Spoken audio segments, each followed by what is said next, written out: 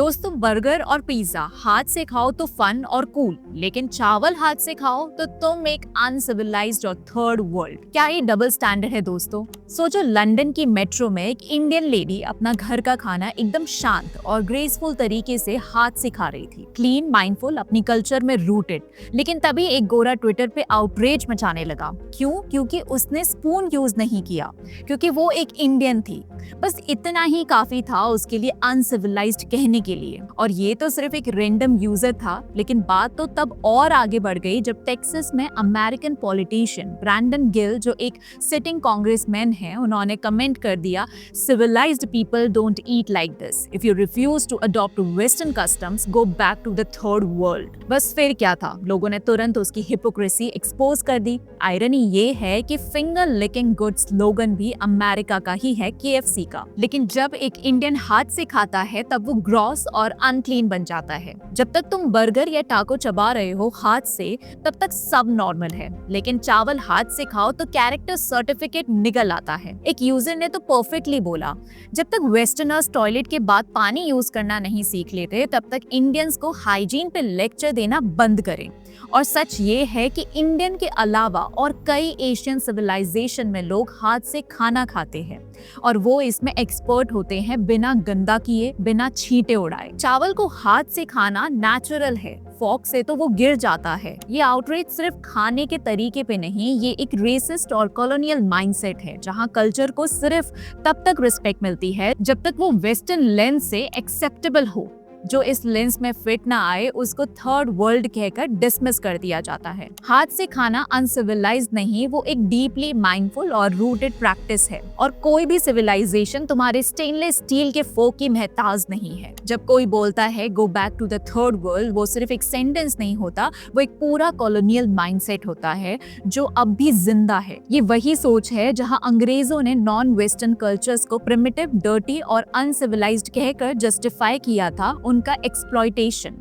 आज भी जब कोई इंडियंस अपनी कल्चर के मुताबिक जीते हैं, चाहे वो खाने का तरीका हो, कपड़ों का स्टाइल हो या रिलीजन, तो उसके खिलाफ वही घिसा पिटा कॉलोनियल डायलॉग निकलता है, अडॉप्ट वेस्टर्न कस्टम्स और लीव। पर क्यों? क्या सिविलाइजेशन का मतलब फोक, नाइफ और एक्सेंट है? क्या हम तभी मॉडर्न कहे जाएंगे जब अपनी आइडेंटिटी छोड़ देंगे? ये माइंडसेट ये दिखाता है कि व्हाइट सुप्रीमेसी सिर्फ स्किन कलर तक लिमिटेड नहीं है, वो कल्चर, लैंग्वेज, खाने और ट्रेडिशन तक घुसी हुई है। जब तक तुम वेस्टर्न टेम्पलेट में फिट होते हो, तब तक तुम गुड इमिग्रेंट हो। जैसे ही तुम अपने रूट से जुड़े नजर आते हो, तुम अनसिविलाइज्ड, सस्पिशियस और फॉरेन बन जाते हो। पर सच तो ये है, देश इमिग्रेंट्स नहीं बनाया है, और अगर किसी को अडेप्ट करना हो तो शायद उन्हें करना चाहिए जो अब तक डाइवर्सिटी को समझने से इनकार करते हैं। साउथ एशिया, अफ्रीका और मिडिल ईस्ट में हाथ से खाना एक ट्रेडिशन नहीं, एक रिचुअल है, एक सेंसरी एक्सपीरियंस। जब कोई अपने हाथों से चावल और सब्जी मिक्स करता है,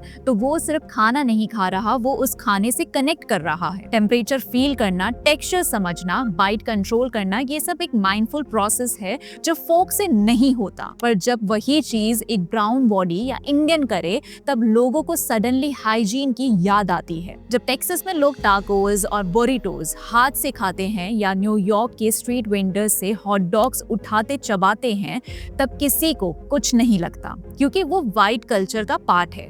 पर जब एक इंडियन या अफ्रीकन अपनी कल्चर प्रैक्टिस को फॉलो करे, तब वो ग्रॉस हो जाता है। ये सिर्फ खाने का मसला नहीं है, ये ज़ेनोफोबिया है। प्रॉब्लम ट्रेडिशन से नहीं, तुम्हारी आइडेंटिटी से है। इसलिए जब वही हाथ से खाने वाली प्रैक्टिस ब्राउन लोगों से जुड़ी होती है, तब उसे नीचे दिखाया जाता है। सच ये है कि हाथ से खाना एक हेरिटेज है, और तुम्हारे फोक के फैंसी दिखावे से ज्यादा ग्राउंडेड, रियल और प्योर होता है। जो लोग इसमें प्रॉब्लम देखते हैं, उनका इश्यू खाने से नहीं, तुम्हारे होने से है। ये सिर्फ हिपोक्रेसी नहीं है, ये प्रूफ है कि बात खाने की नहीं, इंडियन आइडेंटिटी की है।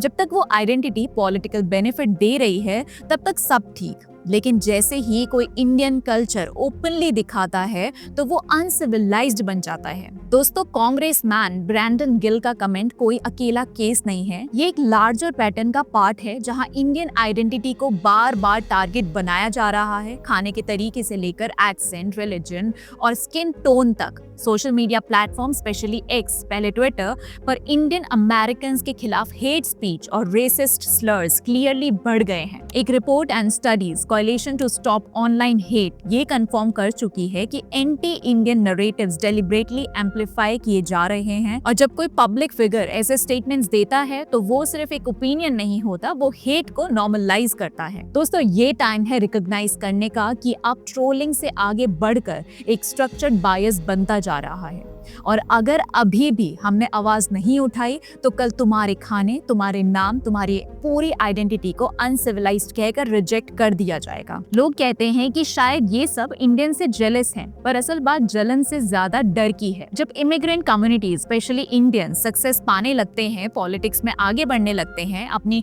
कल्चर को ओपनली सेलिब्रेट करते हैं, तो पुराने सिस्टम्स को ये थ्रेट लगने लगता है। ये चिल्लाहट इसीलिए नहीं है कि तुम हाथ से खा रहे हो, ये इसीलिए है क्योंकि तुम बिना झुके अपनी आइडेंटिटी के साथ खा रहे हो, अपनी लैंग्वेज, अपना खाना, अपने रिचुअल्स प्राउडली कैरी कर रहे हो।